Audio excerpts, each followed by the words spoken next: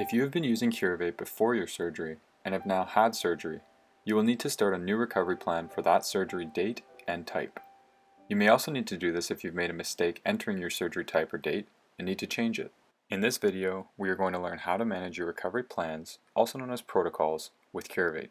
To begin, select the three lines in the top left corner of the home page and click My Protocols.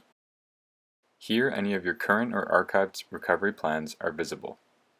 To start a new one, tap the plus sign in the top right corner. You'll be asked to select your injury or surgery type, and then we'll be able to enter some information about yourself, including the date of your injury or surgery. Press Next, and your new protocol will begin to load.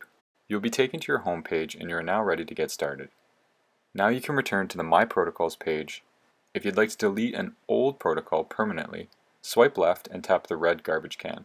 If you'd like to save an old protocol for later viewing instead, you can swipe right and press the green button. This will save it to your archives folder. You can also leave your other protocols in your current folder, which requires no further steps.